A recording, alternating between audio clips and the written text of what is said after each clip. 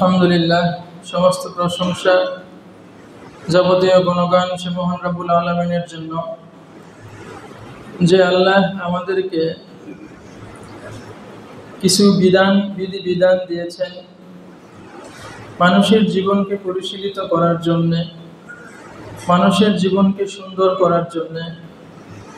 যে মানুষ বর্বর ছিল, যে মানুষ শয়তানের প্ররোচনায় ধর্ম থেকে সরে গিয়ে বর্বরের মতো জীবনযাপন করত, এই মানুষকে সুশৃঙ্খল করার জন্য, শৃঙ্খলিত করার জন্য, জীবনকে সুন্দর করার জন্য, জীবনকে শান্তিময় করার জন্য আল্লাহ আমাদেরকে কিছু বিধিবিধান দিয়েছেন। বলেছেন এই করতে হবে, এই করা যাবে না। এই মানুষ এই পৃথিবীতে নিজের মাকে বিয়ে করত, নাউজুবিল্লাহ। আশ্চর্য কারবার। এই মানুষ এই পৃথিবীতে এখনো এরকম আছে, নরখাদক বলা হয়, একজন আরেকজনকে হত্যা করে খেয়ে ফেলে। মানুষের মাংস খায়, এখনো নরখাদক আছে কিছু অঞ্চলে, পৃথিবীর কিছু অঞ্চলে এরকম পাওয়া যায়।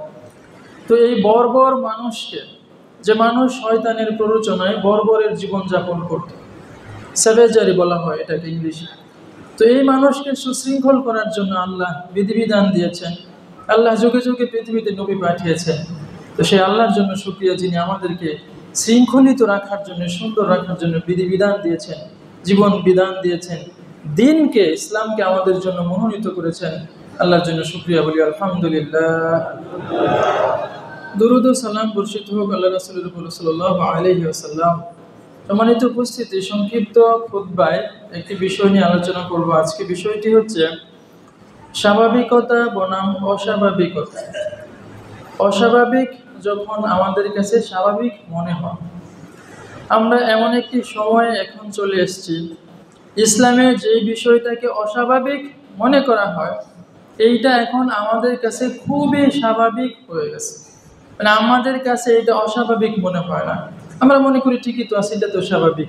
এরকম অনেকগুলো বিষয় রয়েছে যে একজন মুসলিম হিসাবে যেই কাজটা, যেই বিষয়টা আমাদের জন্য অস্বাভাবিক ছিল, আমরা ধীরে ধীরে ধর্মকে না জানতে জানতে, ধর্ম চর্চা না থাকতে থাকতে এই বিষয়গুলোকে আমরা এখন স্বাভাবিক মনে করে নিয়েছি। এটা একটা অত্যন্ত ভয়ঙ্কর বিষয়, একটা আতঙ্কের বিষয়। মুসলিম হিসাবে আমাদের জন্য এটা খুবই একটা আতঙ্কের বিষয়। তো আমরা এই বিষয়ে কয়েকটি 4-5টি বিষয় আমরা বাছাই করেছি। এই বিষয়ের উপরে সংক্ষিপ্ত একটু কথা বলার চেষ্টা করব। সম্মানিত উপস্থিতি, ধর্ম এবং জীবন বলে একটা ব্যাপার আছে। ধর্মের সাথে জীবন ওতপ্রোতভাবে জড়িত। ধর্ম কেন? অনেকেই বিরক্ত হয়, মোল্লা মৌলবীদের কাজ নাই, এই কি শুরু করছে আজাইরা কেসকাল। তো ধর্ম কি জন্য? ধর্ম হচ্ছে মানুষের জীবনকে পরিশীলিত করার জন্য, শৃঙ্খলিত করার জন্য। আমরা সারা জীবন পরিশ্রম করি কিসের জন্য? একটু শান্তির জন্যই তো, তাই না? এই করেন সেই করেন, যত কাজ আমরা করি কি জন্য? যে একটু শান্তিতে থাকবো। এই জন্যে এই ধর্ম মানুষকে শিখিয়ে দেয় শান্তি কিভাবে আসতে হয়, শান্তিতে কিভাবে থাকতে হয়। মানুষের শান্তিময় জীবনের জন্য, শৃঙ্খলিত জীবনের জন্য, পরিশীলিত জীবনের জন্য হচ্ছে ধর্ম। আমরা ভুল বুঝে অনেক সময় এটাকে একটা চাপ মনে করি, অনেক সময় আমাদের কাছে মনে করি এটা একটা বাইন্ডিংস, বাদাবাদি বেশি বেশি হয়ে যাচ্ছে। তো এই বিষয় নিয়ে সংক্ষিপ্ত কিছু কথা ইনশাআল্লাহ বলবো। মানে তো উপস্থিত একটি বিষয় আমরা ভুলে যাই, আমাদের মনে রাখা দরকার যে পৃথিবীটা হয়তো টাকাওয়ালাদের জন্য হতে পারে, পরকালটা কিন্তু ঈমানদারদের জন্য। টাকাওয়ালাদের জন্য হয়তো এই পৃথিবীটা হয়ে যেতে পারে, কিন্তু পরকালটা একান্ত ঈমানদারদের জন্য। হুসাইন রাদিয়াল্লাহু তাআলা আনহুকে বলেছিলেন আব্দুল্লাহ ইবনে আব্বাস, আনাস রাদিয়াল্লাহু তাআলার মতো তায়াতুল জলিলুল কদর সাহেব, তারা তাকে বলেছিলেন একটা সময় যে দেখেন, আপনার নানা হচ্ছে পরকালের বাদশা, আপনার নানা পরকালের বাদশা, দুনিয়া পরিত্যাগ করেছিলেন, আপনি পরকাল নিয়ে থাকুন, দুনিয়ার দিকে আপনাদের যাওয়া উচিত নাই, ঠিক হবে না আপনার জন্য যাওয়া। সম্মানিত উপস্থিতি, এই পরামর্শ নাকি দিয়েছিলেন। তো টাকাওয়ালাদের জন্য দুনিয়াটা হয়ে যেতে পারে হয়তো, কিন্তু পরকালটা শুধুই একমাত্র ঈমানদারদের জন্য। এটা আমাদের মাথায় রাখা দরকার। একজন মুসলিম হিসাবে ঈমানের একটা দাবি রয়েছে, তার উপর ঈমানের একটা বিশেষ দাবি রয়েছে। ঈমানের বিশেষ বিশেষ 3টা শর্ত রয়েছে। ঈমানের প্রথম শর্ত কি? ঈমানের প্রথম শর্ত হচ্ছে অন্তরে বিশ্বাস করা, না মেনে নিলি হ্যাঁ আল্লাহ এক, মুহাম্মদ সাল্লাল্লাহু আলাইহি ওয়াসাল্লাম আল্লাহর রাসূল মেনে নিয়েছি এবং এই বিধিবিধান আমি বিশ্বাস মানে অন্তরে বিশ্বাস স্থাপন করলাম। 1 নম্বর দাবি, 1 নম্বর শর্তই মানে। 2 নম্বর শর্ত হচ্ছে মুখে স্বীকৃতি দিতে হবে। শুধু মনে মনে ধরে রাখলে হবে না, মুখে বলতে হয়। অনেক কিছুই আমরা মনে করে রাগ করি, মুখে বললে কিন্তু এটা সমাধান হয়ে যেত। মনে করে এই করি।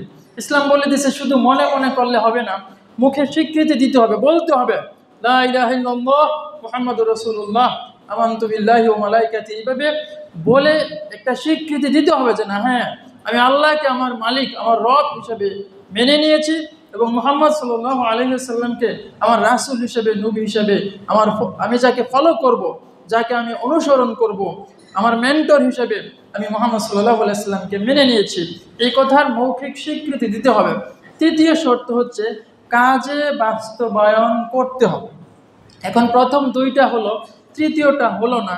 এই 3টার একটাও যদি ঘাটতি হয় তাহলে সেটা ওইভাবে হয় না। এখন কাজে বাস্তবায়ন করার ক্ষেত্রে আপনার কম বেশি হতে পারে আপনি হয়তো ওইভাবে করতে পারেন না, কিন্তু কাজে বাস্তবায়নের ক্ষেত্রে হতে পারে। কিন্তু ইসলামের কোনো বিধিবিধান যখনই আসবে, আপনি কাজে বাস্তবায়ন 2টা বিষয় রয়েছে। একটা হচ্ছে ইসলামের কোনো বিধিবিধান, অনেক মানুষ, অনেক প্রগতিশীল এমন মানুষ রয়েছেন যারা মনে করেন যে এই বিধানটা না থাকলেও কি অসুবিধা ছিল ইসলামের, এই বিধানটা তার কাছে অপ্রয়োজনীয় মনে হয় এই উটকু ঝামেলা। যেমন আমাদের তসলিমা নাসরিন এক সময় দাবি উত্থাপন করেছিল যে কোরআনের এই কয়েকটা আয়াতকে পরিবর্তন করতে হয়। তার মনে হয়েছে এরকম, ব্যক্তি হিসাবে এসে মনে করে এটা মনে করলে আমার অসুবিধা কি? সম্মানিত উপস্থিতি, মনে করলে অসুবিধা আছে। অসুবিধা হচ্ছে ব্যক্তি স্বাধীনতা আর ধর্মীয় বিধিবিধানের পার্থক্য রয়েছে। ব্যক্তি স্বাধীনতা মানে এই নয়, একজনের স্ত্রী যদি মনে করে যে না আমি অন্য পুরুষের সাথে একটু মেলামেশা করব, আমার একটা ব্যক্তি স্বাধীনতা রয়েছে না, আমি একজন ব্যক্তি, আমার একটা স্বাধীনতা রয়েছে, আমি আমার স্বামী ছাড়া অন্য পুরুষের সাথে একটু মেলামেশা আমি করব। এখন স্বামীও যদি এরকম মনে করে যে আমি একজন পুরুষ, আমি আমার স্ত্রীকে বাদ দিয়ে অন্য কোনো মহিলার সাথে আমি একটু মেলামেশা করব, কারণ আমি তো স্বাধীন, আমার স্বাধীন সত্তা রয়েছে, আমি ব্যক্তি স্বাধীন, আমি এই স্বাধীনতাটা উপভোগ করব। আমার এই তো উপস্থিতি, এর মানে কিন্তু এই না, এটা ব্যক্তি স্বাধীনতার বিষয় নয়। এর মানে হচ্ছে তার স্ত্রীর সাথে তার যে বিশ্বাস ছিল, এই বিশ্বাসকে সে ভঙ্গ করেছে। এই স্ত্রী তার স্বামীর সাথে যে বিশ্বাস ছিল, এই বিশ্বাসকে সে ভঙ্গ করেছে। এই স্বামীর সাথে তার যে কমিটমেন্ট ছিল, স্বামী স্ত্রীর এই যে বিবাহ বন্ধনের যে একটা কমিটমেন্ট ছিল, অন্য পুরুষের সাথে যেই মেলামেশা করবে এই কমিটমেন্টকে সে ভেঙে ফেলেছে। এর মানে ব্যক্তি স্বাধীনতা না, এটাকে ব্যক্তি স্বাধীনতা বলা হয় না। ধর্মের ক্ষেত্রে একই জিনিস, আপনি ধর্ম পালন করতে পারবেন কি পারবেন না এইটা একটা প্রেক্ষাপট, আরেকটা প্রেক্ষাপট হচ্ছে ধর্মের বিধান আপনার কাছে অপ্রয়োজনীয় মনে হচ্ছে, অতিরিক্ত মনে হচ্ছে এটা না করলে কি হয়, কি সমস্যা ছিল। এই ধরনের চিন্তা চেতনা যদি কারো থাকে, আলেম উলামাদের সর্বসম্মতি ফতোয়াক্রমে ইসলাম থেকে সে খারেজ হয়ে যাবে। ওযু যেমন চলে যায়, আপনি যদি সলাতে দাঁড়ান, আপনি সলাতে দাঁড়িয়ে কথা বলেছেন, উচ্চ স্বরে হেসেছেন, আপনার কি সলাতটা থাকবে নাকি ভেঙে যাবে? আপনি ওযু করে সলাতে দাঁড়িয়েছেন, আপনার পায়খানার রাস্তা দিয়ে বায়ু বের হয়েছে, আপনার ওযু থাকবে নাকি ভেঙে যাবে? এর সাথে সাথে কি সলাত থাকবে না, সালাতও ভেঙে যায়। তো ওযু যেমন ভেঙে যায়, সলাত যেমন ভেঙে যায়, মানুষের ঈমান তেমনি ভেঙে যায়, মানুষের ইসলাম তেমনি ছুটে যায়। ইসলামের কোনো বিধিবিধান, ইসলামের অকাট্য কোনো বিধিবিধান যদি কোনো মুসলিমের কাছে অপ্রাসঙ্গিক মনে হয়, যদি কোনো মুসলিম ইসলামের কোনো বিধানকে অপ্রয়োজনীয় মনে করে, যদি কোনো মুসলিম ইসলামের কোনো বিধানকে তাচ্ছিল্য করে, ঠাট্টা মশকরা করে, তখন সে এইভাবে ইসলাম থেকে খারেজ হয়ে যায়, তখন সে ঈমান থেকে ঈমান শূন্য হয়ে যায়। তখন এই ব্যক্তি যদি তওবা ছাড়া মৃত্যুবরণ করে, এই ব্যক্তি আলেম উলামাদের সর্বসম্মতিক্রমে ফতোয়া বলতেছি, আমরা এই বিষয়ে পড়াশোনা করে এখানে দাঁড়িয়েছি কথা বলার জন্য। আলেম উলামাদের সর্বসম্মতিক্রমে ফতোয়া হচ্ছে এটা, এই ব্যক্তি ঈমান শূন্য অবস্থায় পৃথিবী থেকে বিদায় নেবে যদি তওবা করা ছাড়া সে মৃত্যুবরণ করে। তার হাসর নসর হবে কাফেরদের সাথে, অমুসলিমদের সাথে। সম্মানিত উপস্থিতি, বিষয়টা এতই গুরুত্বপূর্ণ, ইসলামের কোনো বিধানকে কেউ যদি তাচ্ছিল্য করে, ইসলামের কোনো বিধানকে, অকাট্য বিধানকে কেউ যদি অপ্রয়োজনীয় মনে করে, এটা একটা ভয়ঙ্কর ব্যাধি, এইটা শয়তানের একটা বিরাট বড় ফাঁদ।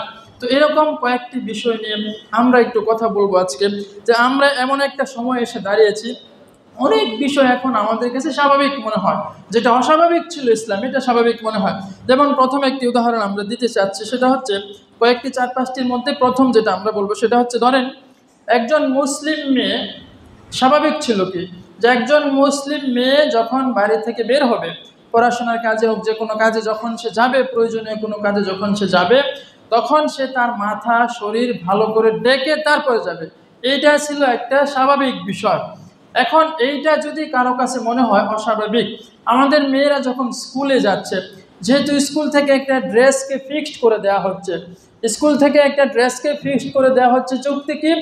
যুক্তি হচ্ছে যে না, এখানে ধনী গরিব, উঁচু নিচু, সাদা কালো বিভিন্ন জাতের মানুষ থাকে, একজনের পোশাক কম থাকে কম দামি, আরেকজনের পোশাক বেশি দামি থাকে, ছেলেমেয়েরা হীনমন্যতায় ভোগে, সুতরাং সবাই ছাত্র, সবার কারো যাতে মন খারাপ না হয় এই জন্য একটা ড্রেস দেওয়া হয়, কলেজ থেকে স্কুল থেকে একটা ড্রেস দেওয়া হয়, তারা ড্রেস কোড মেনটেন করে আসবে। ঠিক আছে, ড্রেস দিয়েছেন, আলহামদুলিল্লাহ, ভালো কথা, সমস্যা নেই। কিন্তু যখন একজন মুসলিম, আমরা সরকারের বিরুদ্ধে, রাষ্ট্রীয় কোনো সিস্টেমের বিরুদ্ধে আমরা কথা বলতে চাচ্ছি না, বা বলছি না, আমরা বলতে চাচ্ছি যে আপনি যে মুসলিম পিতা, আপনি যে মুসলিম ভাই, আপনি যে মুসলিম অভিভাবক, আপনার ইসলাম আপনাকে এই কথাটা বলে, আপনি যে মুসলিম মেয়ে, আপনি যখন মেনে নিয়েছেন আল্লাহকে, আপনি যখন মেনে নিয়েছেন আল্লাহ রাসূল সাল্লাল্লাহু আলাইহি সাল্লামকে, আপনার ইসলাম আপনাকে এই কথাটা বলে, একজন মুসলিম যখন বের হবে তখন সে তার মাথা শরীর ভালো করে ডেকে তারপরে বের হবে, এটা হচ্ছে স্বাভাবিক বিষয়। কিন্তু এখন এমন অবস্থা যে একজন নারী যদি মনে করে সে চুল খোলা করে শাড়ি পরে সে প্রদর্শন করে বের হবে, সে মনে করতে পারে আমি বের হব, তো তখন বিষয় কি হলো? বিষয় হলো এটা আমাদের কাছে এখন স্বাভাবিক। এটা ছিল একটা অস্বাভাবিক, যে একজন মেয়ে নিজেকে প্রদর্শন করে এইভাবে বের হবে রাস্তাঘাটে, এটা একটা অস্বাভাবিক বিষয় ছিল। এই অস্বাভাবিক বিষয়টা এখন আমরা মুসলিমদের কাছে এটা স্বাভাবিক হয়ে গেছে। এটা অত্যন্ত পরিতাপের একটা দুঃখের বিষয়। সম্মানিত উপস্থিতি, দেখেন আমরা যে কথাটা বলতে চাচ্ছিলাম, এখন কোনো নারী বা কোনো মানুষ যদি মনে করে যে মোল্লাদের আর খায় দেয় কোনো কাজ নাই, এই খালি নারীদেরকে কেমন এইভাবে ঢেকে রাখা যায়, এই এই এই চিন্তার মধ্যে আছে। যদি কেউ এটাকে তাচ্ছিল্য করে, কেউ যদি এটাকে একটু হেয় করে, যে এইভাবে যে নারীদেরকে এইভাবে আটকায় রাখতে চায়, নারীদেরকে আটকায় রাখার কথা বলা হয়নি, বলা হচ্ছে নারী যখন বের হবে তখন সে তার মাথা শরীর ভালো করে ডেকে বের হবে। এটা মোল্লাদের কোনো কথা না, এটা ইসলামের একটা বিধান, ইসলামের একটা অকাট্য বিধান। সম্মানিত উপস্থিতি, পবিত্র কোরআনে সূরা নূরে এই বিষয়ে বিস্তারিত আয়াত নাজিল হয়, বিস্তারিত আয়াত নাজিল হয়। আমরা পুরুষরা, আমাদের পুরুষদের একটা সমস্যা রয়েছে, আমরা পুরুষরা মনে করি যে পর্দার এই বিষয়টা শুধু নারীদের জন্য, পুরুষদের কোনো পর্দা নেই। আমরা এই আয়াত দুটি যদি বিশ্লেষণ করে আমরা কিছুটা বুঝতে পারবো। সম্মানিত উপস্থিতি, পুরুষদের পর্দা বলতে আমরা একটা জিনিস বুঝি, সতর, এটা একটা পর্দার বিষয়। এছাড়াও আরও অনেক ব্যাপার রয়েছে। সতর কি? যেটুকু অংশ বাধ্যতামূলক ঢেকে রাখতে হবে। পুরুষদের সতর বলা হয় নাভি থেকে হাঁটু পর্যন্ত, এটাকে ঢেকে রাখা বাধ্যতামূলক। নারীর সতর কোনটুকু? নারীর সতর হচ্ছে তার চেহারা এবং হাত, এটা নিয়ে অনেক মতভেদ রয়েছে, তারপরেও চেহারা এবং হাত বাদ দিয়ে নারীর সমস্ত শরীর হচ্ছে তার সতর, নারীর সমস্ত শরীর। এখন নারীর চুল কি সৌন্দর্যের অন্তর্ভুক্ত নাকি সৌন্দর্যের বাইরে? সৌন্দর্যের অন্তর্ভুক্ত। এটা যদি সে বের করে বের হয় তাহলে সে তার সতর আলগা করে বের হলো। এই বিষয়ে সামনে আরেকটু কথা বলবো। তো আল্লাহ আমাদেরকে যখন এই বিধান দিচ্ছেন সূরা নূরে পর্দার, তো আমরা পুরুষরা যে জায়গাটায় ভুল করি, পুরুষরা আমরা মনে করি যে পর্দা শুধু নারীর জন্য না। আশ্চর্য হবেন আপনি, সূরা নূরে 30 এবং 31 নম্বর আয়াতে সুন্দর করে বলা হচ্ছে। তো আগে আল্লাহ পুরুষদেরকে পর্দার কথা বলে দিলেন 30 নম্বর আয়াত, তো 30-এর পরে সিরিয়ালে 31, তারপরে নারীদেরকে বলা হলো। আমরা সূরা নূরের 30 নম্বর আয়াতে যদি দেখি, আল্লাহর বিধান, এটা মোল্লা মৌলবীদের কথা না, এদেশের মুসলিম মা বোনদেরকে বলতেছি, এদেশের প্রগতিশীল ভাই বোন যারা রয়েছেন, বিশ্ববিদ্যালয়ের শিক্ষক থেকে যত প্রগতিশীল ভাই বোন রয়েছেন, শ্রদ্ধার সাথে আপনাদেরকে বলতেছি, এই নারীদেরকে মাথা থেকে শরীর ডেকে রাখতে বলা হয়, এটা মোল্লা মৌলবীদের ইচ্ছাকৃত কোনো বিষয় নয়, এটা আল্লাহর হুকুম, এটা আল্লাহর আদেশ, এটা আল্লাহ রাসূলের নির্দেশ। আপনি দেখেন একটা প্রমাণ, সূরা নূরের 30 নম্বর আয়াত, এখানে আগে পুরুষদেরকে বলা হচ্ছে, তারপরে 31 নম্বর আয়াতে নারীদেরকে বলা হবে। প্রথমে পুরুষদেরকে আল্লাহ বলতেছেন, আল্লাহ তার রাসূলকে জানিয়ে দিয়েছেন, হে নবী কুল লিল মুমিনিনা, হে নবী আপনি মুমিন পুরুষদেরকে বলুন, ওই সমস্ত পুরুষ যারা ঈমান এনেছে, ঈমান আনা ব্যক্তিদেরকে, ঈমান আনা পুরুষদেরকে আপনি বলুন, কি বলবেন? ইয়াগুজ্জু মিন আবসারিহিম, ইয়াগুজ্জু মিন আবসারিহিম, তারা যাতে তাদের দৃষ্টিশক্তিকে অবনমিত করে রাখে, তারা যাতে তাদের দৃষ্টিশক্তিকে সংযত। ইয়াগুজ্জু শব্দের অর্থ কোনো কোনো জায়গায় বলা হচ্ছে তারা যাতে তাদের দৃষ্টিশক্তিকে সংযত রাখে, কোনো কোনো জায়গায় অর্থ করা হচ্ছে তারা যাতে তাদের দৃষ্টিশক্তিকে নিচু করে রাখে, অবনমিত করে রাখে। কেন? কারণ আপনি একজন মুসলিম পুরুষ, ইমানদার কথা বলা হচ্ছে, যারা ইমান নাই তার জন্য এই হুকুম আনা হয়নি। যে পুরুষ আপনি ইমান এনেছেন, আল্লাহ এবং তার রাসূলের প্রতি যে মুসলিম ইমান এনেছে, যিনি মুসলমান হয়েছেন, তার জন্য হুকুম দেওয়া হচ্ছে, হে মুসলিম পুরুষ, হে ইমানদার পুরুষ, তোমরা যখন বাইরে বের হবে বা তোমরা যখন কোথাও যাবে, তোমরা তোমাদের দৃষ্টিকে নত করে রাখো। কারণ অমুসলিম যে মেয়ে রয়েছে তারা হয়তো ওইভাবে পর্দা মেনটেন করবে না। এখন অমুসলিম কোনো নারী আপনার সামনে এসে হাজির হলো, আর আপনি তাকে তাকে ভালো করে দেখে বলতেছেন, তাকে বলতেছেন নাউজুবিল্লাহ, মানে এখনো তাকায় আছে তাও বলতেছেন নাউজুবিল্লাহ। তো এই তাকায় থেকে নাউজুবিল্লাহ বলার তো কোনো অর্থ হয় না। আপনি আপনার চোখ পড়েছে, চোখ নিচু করতে হবে, ইসলামী বিধান। আল্লাহ পুরুষদেরকে বলে দিচ্ছে, আমরা শুধু নারীদের উপর চাপাচাপি করি, নারীদের উপর আগে চাপাচাপি না করে আগে চাপাচাপিটা আমাদের পুরুষদের উপর করা উচিত। আল্লাহ আমাদের পুরুষদেরকে আগে ঘোষণা দিয়ে দিচ্ছেন, হে পুরুষ তোমরা শোনো, কারণ পৃথিবীতে সব মেয়েই মুসলিম না, পৃথিবীতে মুসলিম ছাড়াও মেয়ে রয়েছে। এরা যখনই যেই আসুক তুমি তোমাদের চক্ষুকে নিচু করে রাখো। আগে প্রথমে এটা বলা হচ্ছে। দ্বিতীয় বলা হচ্ছে ওয়াহফুজু ফুরুজাহুম, এবং তোমাদের লজ্জাস্থানগুলিকে তোমরা হেফাজত করো। তাহলে পুরুষদেরকে পর্দার ক্ষেত্রে আগে যেটা বলা হলো, এ পুরুষ সকল, ইমানদার পুরুষ, তোমরা তোমাদের চক্ষুকে, তোমরা তোমাদের এই দৃষ্টিশক্তিকে নিচু করে রাখো, সংযত করে রাখো, সংরক্ষণ করে রাখো, এবং তোমরা তোমাদের লজ্জাস্থানকে হেফাজত করো। পুরুষদেরকে এই কথাটা বলার পর 31 নম্বর আয়াতে মেয়েদের কথায় আসলেন। বিস্তারিত লম্বা করে আল্লাহ বলে দিচ্ছেন। আল্লাহ 31 নম্বর আয়াতে বলে দিচ্ছেন, আল্লাহ রাসূল সাল্লাল্লাহু আলাইহি ওয়াসাল্লামকে জানাচ্ছেন, ওয়াকুল লিল মুমিনাত, আপনি মুমিন নারীদেরকে বলুন, যেই নারীরা ঈমান এনেছে, ঈমানদার নারীদেরকে আপনি বলুন, ইয়াগযুজনা মিন আবসারিহিন্না, তারাও যাতে তাদের দৃষ্টিশক্তিকে হেফাজত করে। যদি কোনো নারী বোরকা পরেছে, হিজাব দিয়েছে, চশমাও পরেছে, কিন্তু চশমার আড়ালে চোখ দিয়ে সে মন ভরে দেখে নিল কোনো একটা কিছু, পৃথিবীর কেউ দেখলো না, সে কি দেখলো? কিন্তু আল্লাহ তো দেখেছেন, সে কি দেখলো এই চোখ দিয়ে? সম্মানিত উপস্থিতি, এজন্য পর্দা অন্তরের বিষয়, পর্দা বাহ্যিক বিষয়, দুইটাই পর্দার বিষয়।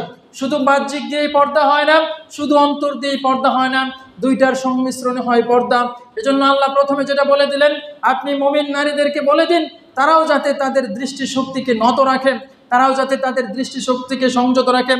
এরপর বলা হলো ওয়াহফুজুন্না ফুরুজাহুন্না, এবং তারা যাতে তাদের লজ্জাস্থানগুলোকে হেফাজত করে, এই নারীরা যাতে তাদের লজ্জাস্থানগুলোকে হেফাজত করেন।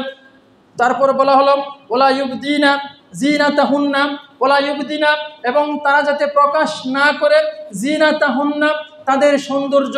এই মুসলিম মা বোন, আপনাদেরকে বলতেছি, আপনি যখন একটা শাড়ি পরলেন, এই পর্যন্ত হাতা দিয়ে একটা শাড়ি পরে চুলগুলা এলোমেলো করে খালি করে আপনি যখন রাস্তা দিয়ে গেলেন, আপনি আপনাকে প্রশ্ন করুন, আপনার সৌন্দর্য কি প্রকাশ হলো নাকি প্রকাশ হলো না? যদি আপনার মন থেকে প্রশ্ন আসে যে হ্যাঁ আমার সৌন্দর্য প্রকাশ হয়েছে, তাহলে ইসলাম এখানে আপত্তি জানিয়েছে, আল্লাহ এখানে আপত্তি জানিয়েছেন। আল্লাহ রাসূলের সুন্নাত, আল্লাহ রাসূলের সংস্কৃতি, আল্লাহ রাসূলের পদ্ধতি এখানে আপত্তি জানাচ্ছে না, আপনি এটা করতে পারেন না। যদি সৌন্দর্য প্রকাশ না হয় সেই ক্ষেত্রে ভিন্ন কথা। যদি সৌন্দর্য আপনার প্রকাশ হয়, অন্য পুরুষ যদি আপনাকে দেখে আকৃষ্ট হয়, তখন আপনি এইটাকে আপনি মোল্লা মৌলবীদেরকে দুষতে পারেন না, আপনি নিজেকে প্রশ্ন করলে উত্তর পেয়ে যাবেন। সম্মানিত উপস্থিতি, একথা বলার পর আল্লাহ আবার জানাচ্ছেন ইল্লা মা যুহারা মিনহা, আল্লাহ বলে দিচ্ছেন তবে হ্যাঁ, যেইটুকু স্বাভাবিকভাবে প্রকাশ পেয়ে যায়, মানুষের হাতের কবজি স্বাভাবিকভাবে প্রকাশ পেয়ে যায়, মানুষের চেহারা স্বাভাবিকভাবে প্রকাশ পেয়ে যায়। পরবর্তীতে আমরা একটি হাদিস দেখব আল্লাহ রাসূল সাল্লাল্লাহু আলাইহি ওয়াসাল্লাম থেকে, আবু দাউদের 4104 নম্বর হাদিস, আয়েশা সিদ্দিকা রাদিয়াল্লাহু তাআলা আনহা থেকে বর্ণিত। উনি বলতেছেন, একদিন আল্লাহ রাসূল সাল্লাল্লাহু আলাইহি ওয়াসাল্লামের সামনে আমার বোন আসমা বিনতে আবু বকর রাদিয়াল্লাহু তাআলা আনহা উপস্থিত হলেন। তার গায়ে তখন একটু পাতলা কাপড় ছিল। বর্তমান যুগে আমরা এমন অনেক কাপড় পরি, মেয়েরা কাপড় পরে আছেন, দেখে মনে হয় শরীরে কোনো কাপড় নাই, আরও বেশি আকৃষ্ট হয়। মানে কাপড়টা পরাই হয় আকৃষ্ট করার জন্য। এরকম তো আসমা বিনতে আবু বকর রাদিয়াল্লাহু তাআলা যখন, তখনও হয়তো পর্দা ওইভাবে ইসলামের প্রথমে এইভাবে আসে নাই। উনি মোটামুটি একটা কাপড় পরা ছিল। উনি যখন সামনে চলে আসলেন, আল্লাহ রাসূল সাল্লাল্লাহু আলাইহি ওয়াসাল্লাম চোখটা নামিয়ে বললেন, শুনো, আমাদের ইসলাম হচ্ছে এরকম যে কোনো মেয়ে যখন বালেগা হয়ে যায়, কোনো মেয়ে যখন সাবালেগা হয়ে যায়, কোনো মেয়ে যখন সাবালেগা হয়ে যায়, তখন তার এটা ওটা ছাড়া অন্য কিছু প্রকাশ করা সঙ্গত নয়, অন্য কিছু প্রকাশ করা বৈধ নয়, জায়েজ নয়। বর্ণনাকারী বলতেছেন যে এটা ওটা বলে উনি ইঙ্গিত করেছেন হাত মানে কবজি এবং চেহারার দিকে, এই দুইটার দিকে ইঙ্গিত করে বলা হচ্ছে। সম্মানিত উপস্থিতি, তাহলে স্বাভাবিকভাবে নারীর যে দুইটা জিনিস প্রকাশ হয়ে যায়, এইটা ছাড়া নারীর সতর হচ্ছে সমস্ত শরীরকে ঢেকে রাখা এবং তার সৌন্দর্যকে প্রদর্শন না করা। যদি এইটাকে কোনো মানুষ, কোনো প্রগতিশীল যদি মনে করেন যে এইটা কেমন অবস্থা, সম্মানিত উপস্থিতি, আমরা যে কথাটা বলতে চাই, ধরেন একজন মহিলা হাত মোজা পরেছে, একজন মহিলা হাত মোজা পরেছে, আরেকজন কলেজের শিক্ষক হতে পারে, অথবা যে কোনো একজন প্রগতিশীল লোক, অথবা যে কোনো একজন মানুষ হতে পারে। সে যদি মনে করে এই কি অবস্থা, হাত মোজা পা মোজা কি পরে আসছে, ভূতের মতো দেখা যায়, এরকম করে যদি সেটাকে তাচ্ছিল্য করেন এবং আপনি পারেন না, এটা আপনার দুর্বলতা। কিন্তু আরেকজন করেছে, পেরেছে, আপনি তাকে কেন তাচ্ছিল্য করেন? তাকে কেন আপনি তাচ্ছিল্য করেন?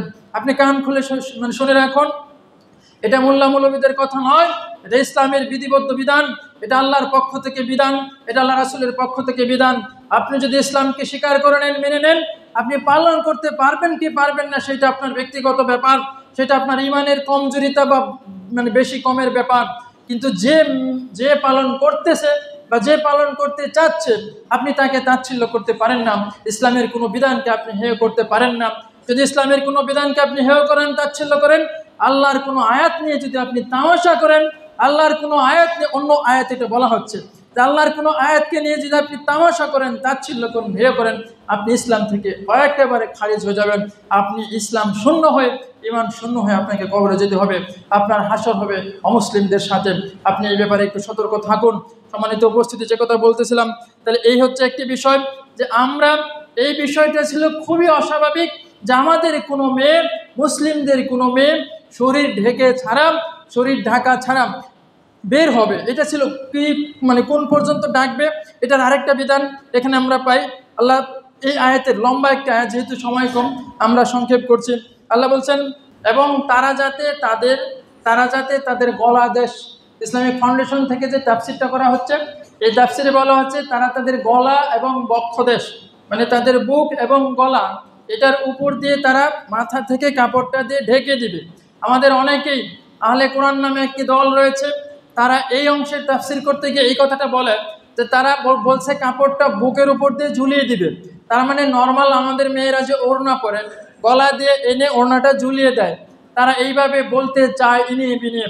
তো এইখানে ইসলামিক ফাউন্ডেশন থেকে যে তাফসির ইবনে কাসির, আবু বকর জাকারিয়া রাহিমাহুল্লাহ থেকে একটা তাফসির করা হচ্ছে, তাফসির মারিফুল কোরআন, সমস্ত তাফসিরে আহলে সুন্নাহ, আহলে হক অ্যান্ড সুন্নাহ, এর সমস্ত যত উলামায়ে কেরাম রয়েছেন, তাদের সমস্তটা একমত যে নারীদের গলা, নারীদের গার, এটা নিশ্চয়ই সতরের অন্তর্ভুক্ত। এটা তো সতরের বাইরে থাকার কথা না, কি বল? এটা নিশ্চয়ই সতরের অন্তর্ভুক্ত। তো বলা হচ্ছে যে নারীদের গলা এবং বুক, এইটা মাথা থেকে একটা কাপড় দিয়ে সুন্দর করে ঢেকে দিবে। এখন কোনো মহিলা যদি সলাৎ পড়তে দাঁড়ায়, শাড়ি এবং ব্লাউজ পরে মোটামুটি এভাবে দিয়ে যদি সলাৎ পড়তে দাঁড়ায়, তার এই অংশটা যদি বের হয়ে থাকে, সতর যদি ছুটে যায়, তাহলে তার সালাত হবে নাকি হবে না? সলাতে ওযু ছুটে গেলে যেমন সলাত বাতিল হয়, সতর ছুটে গেলেও তেমনি সলাত বাতিল হয়। তো যদি সলাত ছুটে যায়, সতর যদি ঢেকে না থাকে কোনো নারীর, তাহলে যেখানে তার সলাত হচ্ছে না, একজন নারীর চুল বের হয়ে থাকলে সলাত অবস্থায়, একজন নারীর শরীরের কোনো অংশ সলাত অবস্থায় বের হয়ে থাকলে, যেখানে তার সলাত ছুটে যাচ্ছে, সেখানে রাস্তাঘাটে সেইটা কীভাবে বের করে যেতে পারে? সম্মানিত উপস্থিতি, তো যে কথা বলতেছিলাম, এটা এখন আমাদের কাছে স্বাভাবিক মনে হয়। দ্বিতীয়ত আরেকটি কথা যেটি বলতে চাচ্ছিলাম, সেটা হচ্ছে কোরআন এবং সুন্নাহ অনুযায়ী একটি খুব স্বাভাবিক বিষয় ছিল যে রাত্রে মানুষ ঘুমাবে, রাত্রে ঘুমিয়ে তাড়াতাড়ি ঘুমাতে যাবে। এখন এমন এক সময় আমরা এসেছি, আমাদের রাত শুরু হয় 10টার পর, আমাদের রাত শুরু হয় 10টার পর, মোবাইল এসেছে, মোবাইলে এসে আমাদের রাত নিয়ে গেছে 10টার পর। সম্মানিত উপস্থিতি, আমরা এমন এক অবস্থায় গিয়েছি যেটা স্বাভাবিক ছিল যে সন্তান বাচ্চা কাচ্চা এশারের পরে সন্ধ্যার পরে ঘুমিয়ে পড়বে। এইখানে আমরা অনেক পিতা মাতায় আমাদের সন্তানের অত্যাচার থেকে বাঁচার জন্য ঘুমানোর সময় তাদেরকে মোবাইল দিয়ে রাখছি, আমরা ঘুমানোর সময় তাদেরকে মোবাইল দিয়ে রাখছি, আমরা অনেক সময় চাষ চলে যাচ্ছি। মানে যেটা স্বাভাবিক অস্বাভাবিক ছিল আমাদের ইসলাম ধর্মে, সেইটা আমাদের কাছে এখন স্বাভাবিক বানিয়ে ফেলেছি। অথচ কতই না উত্তম হতো এই মা এই বাবা যদি তার এই বাচ্চা সন্তানটাকে আমরা দেখেছি আমাদের ছোট সময় ঘুমানোর সময় মায়েরা গল্প বলে বলে ঘুম পাড়াতো, ছন্দ ছড়া বলে বলে ঘুম পাড়াতো। ওই যে কি জানি, ঘুম পাড়ানি মাসি পিসি ওদের বাড়ি এসে এরকম অনেক ছড়া বলে বলে ঘুম পাড়াতো। নানান ধরনের বাংলার অনেক গল্প ছিল, এইগুলো বলে বলে ছোট সময় দেখতাম আমরা ঘুম পাড়াতো। এখন কি এক সময় এসছে আমাদের মা বাবারাও এই ঘুমানোর সময় বাচ্চাকে একটা কার্টুন বা একটা মোবাইল দিয়ে দিচ্ছে, সে ঘুমাচ্ছে। অথচ কতই না উত্তম হতো, কতই না সুন্দর হতো এই মা যদি তার এই সন্তানকে ঘুমানোর আগে আগে বলতে, বাবা তুমি ঘুমা, আমি গল্প বলতেছি শোনো। উনি যদি মুসা আলাইহিস সালামের কাহিনীটা বলতো, মুসা আলাইহিস সালামের জন্ম থেকে শুরু করে মুসা আলাইহিস সালামের ওই যে ফেরাউনকে দাওয়াত দেওয়া পর্যন্ত যে সময়টুকু রয়েছে, এই কাহিনীটা যদি উনি বলতেন, উনি যদি আদম আলাইহিস সালামের সাথে তার ছেলেদের কাহিনীটা বলতেন, উনি যদি মুহাম্মদ সাল্লাল্লাহু আলাইহি সাল্লামের জীবনের কত গল্প রয়েছে এটা যদি বলতেন, উনি যদি ইউনূস আলাইহিস সালামের গল্পটা যদি বলতেন, উনি যদি ইউসুফ আলাইহিস সালামের গল্পটা যদি বলতেন, উনি যদি আদ সামুদ এদের কাহিনীগুলো বলতেন, উনি যদি লূত আলাইহিস সালামের কাহিনীগুলো বলতেন, অসংখ্য গল্প রয়েছে, সাহাবীদের জীবনের অসংখ্য গল্প রয়েছে। এই সমস্ত বলে বলে যদি বলতে, বাবা তুমি একটু ঘুমাও, খাওয়ানোর সময় আমরা মোবাইল দিয়ে বাচ্চাদেরকে অভ্যাস করতেছি, আমরা আমাদের সন্তানদেরকে ধ্বংস করছি, আমাদের কাছে এটা অস্বাভাবিক ছিল, অথচ এটা এখন আমাদের কাছে স্বাভাবিক মনে হচ্ছে। সম্মানিত উপস্থিতি, খাওয়ানোর সময় ওকে যদি ছোট থেকে বলে বলে গল্প বলে বলে খাওয়ানোর একটা অভ্যাস আমরা করতে পারতাম, আপনি নিজে যখন ধর্মকে চর্চা করবেন আপনার সন্তানের কাছে সেইটা আরো সুন্দর হয়ে প্রতিমূর্ত হবে।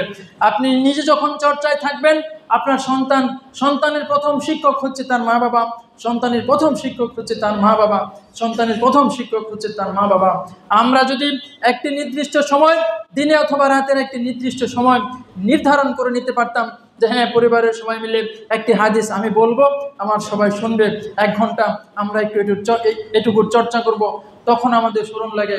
আশ্চর্য কারবার, একসাথে বসে টিভি দেখে শরম লাগে না, যখন বসে একটা হাদিস পড়বে তখন আমাদের শরম লাগে। মানে যেটা অস্বাভাবিক এইটা এখন স্বাভাবিক হয়ে গেছে, মানে উল্টা গতিতে চলছে মনে হয় সব কিছু, কেমন জানি একটা অবস্থার মধ্যে আমরা আছি। সম্মানিত উপস্থিতি, সতর্ক হতে হবে, না হলে পস্তাতে হবে। এই প্রজন্ম এমন এক প্রজন্ম হবে যখন একদিন বলবে এইগুলো অসুবিধা কি, ইসলামের এইটা অসুবিধা কি। সম্মানিত উপস্থিতি, আমরা যে একটা কাজ করতে চাচ্ছি, আমাদের খাগাড়ি জামতুল্লাহ মাদ্রাসাতুস সালাফিয়ায় সামনে শুক্রবার থেকে ইনশাল্লাহ বাচ্চাদেরকে পড়ানোর জন্য অনেকগুলো প্রকাশনী থেকে ভালো ভালো বই বের করা হয়, খুব দাম লাগে অনেক, মানে কিছু বই অনেক দামি। আমরা এই বইগুলো কিনে নিয়ে আসবো, সামনের শুক্রবারে আপনারা আমাদের মাদ্রাসায় বইগুলো নিতে পারবেন। বইগুলো আপনারা নিয়ে পরের শুক্রবারে আবার জমা দিবেন। আপনারা যাদের বাচ্চায় মোবাইলে আসক্ত হয়ে গেছে তো গেছেই, আপনি চেষ্টা করে দেখতে পারেন কতটুকু তাদেরকে ফেরাতে পারেন। যাদের বাচ্চারা এখনো মোবাইলে আসক্ত হয়নি, এখনো উঠতি বয়সে মাত্র দাঁত উঠছে, একটু একটু কথা বলা শিখছে, আপনি তাদের সামনে এখান থেকে বইগুলো নিয়ে, আপনার স্ত্রী যদি শিক্ষিত থাকেন, যদি বাংলা রিডিং পড়তে পারেন, আপনি তাকে একটু দিবেন, খাওয়ার সময় সে দেখে দেখে রিডিং পড়ে পড়ে এই গল্পগুলো পড়ে পড়ে আপনার বাচ্চাকে খাওয়াবে, রাত্রে ঘুমানোর সময় এইগুলা পড়ে পড়ে আপনার বাচ্চাকে ঘুম পাড়াবে। এইভাবে একটু চেষ্টা করে আপনি দেখতে পারেন। আমরা পিতামাতারা অন্তত চেষ্টাটা করতে পারি। আমরা বড়রাও সলাতে আসি না, বাচ্চাদেরকেও বলি না। তো এইখানে যে কথাটা আমরা বলবো, এটা একটা বিষয়, এই বাচ্চাদেরকে একটু এইভাবে যদি আমরা আনতে চাই, মোবাইল থেকে যদি ফেরাতে চাই, যেটা আমাদের কাছে এখন স্বাভাবিক মনে হচ্ছে, আপনি একটা সময় দেখবেন এটা একটা ব্যাপক বিরাট সমস্যা হয়ে যাচ্ছে। তো আমরা এইভাবে একটু চেষ্টা করি। আরেকটি বিষয় সংক্ষিপ্ত যেটা বলে শেষ করব, মুসলমানদের জন্য স্বাভাবিক ছিল যখন আজান হবে তখন তারা সলাতের প্রস্তুতি নিয়ে মসজিদে আসবে, এইটা ছিল মুসলমানদের জন্য স্বাভাবিক, এটা ছিল স্বাভাবিক। কিন্তু এখন আমরা দেখি যখন আজান হয় মুসলমান চাষটলে বসে বসে টিভিতে তাকিয়ে আছে, ওইটা স্বাভাবিক মনে হচ্ছে, কোনো অস্বাভাবিক মনে হচ্ছে না। অথচ আজান দিচ্ছে, মুসলিম মসজিদে আসছে না, এটা একটা অত্যন্ত অস্বাভাবিক বিষয়, এটা এখন আমাদের কাছে স্বাভাবিক হয়ে গেছে। সম্মানিত উপস্থিতি, আপনাদেরকে যেটা বলবো, যে সমস্ত চাষটল ভাইয়েরা আছেন, আপনি আপনার চাষটলের যদি এই নিয়তে টিভিটা আপনি রেখে থাকেন যে হ্যাঁ আমি টিভিতে একটা ছবি ছেড়ে দিব, সিনেমা ছেড়ে দিব, অনেক লোক আসবে, আমি চা বিক্রি করব, আমার সন্দেহ হয় আপনার এই ইনকামটা হালাল হবে কি হবে না, আমার সন্দেহ হয় আপনার এই ইনকামটা বৈধ হবে কি হবে না, আপনি একটু খোঁজ করে জেনে নিয়েন।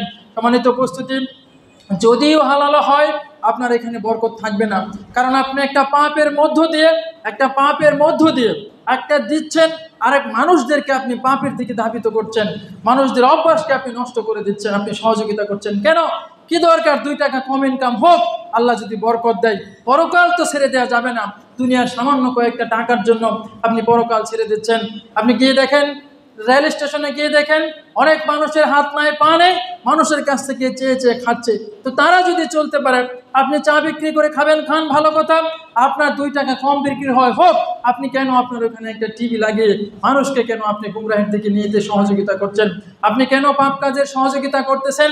আপনি একটু ভেবে দেখেন আপনার ইনকাম হালাল হবে কিনা, আল্লাহ ভালো জানেন। আমার সন্দেহ হয়। সম্মানিত উপস্থিতি, এজন্য বলতেছিলাম, যখন সলাতের আজান হয় স্বাভাবিক ছিল মুসলিম মসজিদে আসবে, এখন মুসলিম আসবে না, এটাই স্বাভাবিক হয়ে যাচ্ছে। তো আল্লাহ আমাদেরকে এই সমস্ত বিষয় থেকে বোঝার তৌফিক দান করুন। সম্মানিত উপস্থিতি, আরেকটা যেটা খুবই গুরুত্বপূর্ণ, ছবির ব্যবহার, এইটা নিয়ে আমরা আর ফেরাতে পারছি না। আমরা যে সমস্ত মোল্লারা কথা বলে, এদেরকে মানুষ বলে এই দোহার খায়া কাম পাইছে না, এইগুলা নিয়ে কথা বলে। গেঞ্জির মধ্যে কুকুরের ছবি, কি একটা কোম্পানি রয়েছে, এই কোম্পানিতে দেখবেন গেঞ্জের এইখানে একটা কুকুরের ছবি দেওয়া।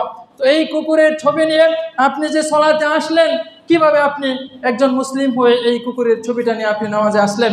সম্মানিত উপস্থিতি, একাধিক হাদিস থেকে প্রমাণিত, আল্লাহ রাসূল অনেক বাড়ি থেকে দরজায় গিয়ে দাঁড়িয়েছে, দেখেছে পর্দার মধ্যে ছবি, ঘরের পর্দায় ছবি, বালিশে ছবি, অনেকগুলো হাদিস থেকে প্রমাণিত। উনি ঘরে ঢুকেন নাই, বের হয়ে চলে আসছেন। সম্মানিত উপস্থিতি, আজকে আমাদের পট, বাচ্চাদের পায়খানা করাতে হবে, এই পটের ছবি, বাচ্চাদের থালা কিনতে হবে, এই পটে ছবি, বাচ্চাদের কলম কিনতে হবে, কলমের মধ্যে ছবি, বাচ্চাদের খাতা কিনতে হবে, এইখানে ছবি।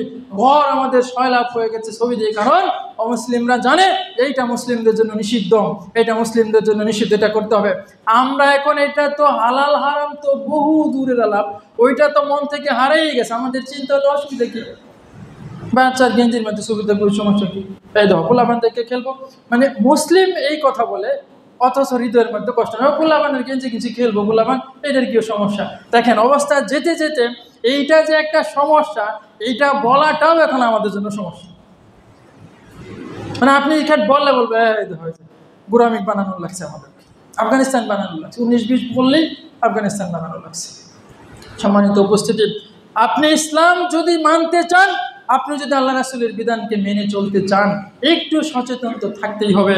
সম্মানিত উপস্থিতি, বক্তব্যের বিষয় ছিল স্বাভাবিক এবং অস্বাভাবিক। যেই বিষয়গুলো আমাদের জন্য অস্বাভাবিক হয়েছিল, দিন দিন আমাদের কাছে সেটা স্বাভাবিক হয়ে যাচ্ছে। এই অবস্থায় আপনি যদি একটু সতর্ক না থাকেন, এই অবস্থায় আপনি যদি একটু পড়াশোনা না করেন, পরবর্তী প্রজন্ম আপনাকে দোষবে, তা আমাদের পূর্বপুরুষরা এটা করে নাই। আমরা আমাদের দায়িত্ববোধ থেকে মুসলিম হিসাবে আপনি মানবেন কি মানবেন না সেইটা পরে, আপনি আগে বলুন যে না, এটা ইসলামের বিধান, ইসলাম এটাকে পছন্দ করে না। এই স্বীকৃতি আপনাকে না দিলে অমুসলিম হয়ে আপনাকে মৃত্যুবরণ করতে হবে। আপনি মুসলিম হয়ে মৃত্যুবরণ করবেন নাকি অমুসলিম হয়ে মৃত্যুবরণ করবেন, সিদ্ধান্ত আপনার, আপনি সিদ্ধান্ত নিন। আল্লাহ আমাদেরকে হেদায়েত করুন, আল্লাহ আমাদেরকে হেফাজত করুন। সমস্ত ইসলামিক বিষয় সম্পর্কে আল্লাহ আমাদেরকে সচেতন হওয়ার তৌফিক দান করুন।